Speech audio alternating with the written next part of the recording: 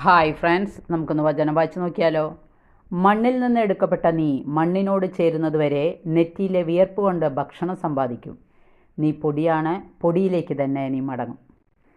നമുക്ക് നോക്കാം.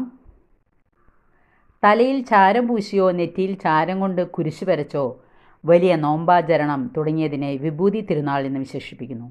ചാരം അഥവാ ഭസ്മം എന്നാണ് വിഭൂതി എന്ന വാക്കിനർത്ഥം. ലത്തീൻ ആരാധന പ്രകാരം ബുധനാഴ്ചയാണ് വിഭൂതി ആചരിക്കുക.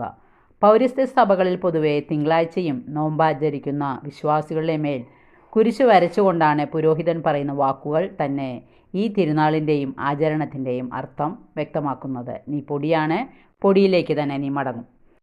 ഇതൊരു ഓർമ്മപ്പെടുത്തലാണ്. നാം ആരെന്നും നമ്മുടെ അവസ്ഥയും അന്ത്യവും എന്തെന്നും നമ്മെ ഓർമ്മപ്പെടുത്തുന്ന ശക്തവും വ്യക്തവുമായ ഒരു ആചാരം. വചനം എല്ലാവർക്കും മനസ്സിലായി കാണുമെന്ന് വിശ്വസിക്കുന്നു. താങ്ക്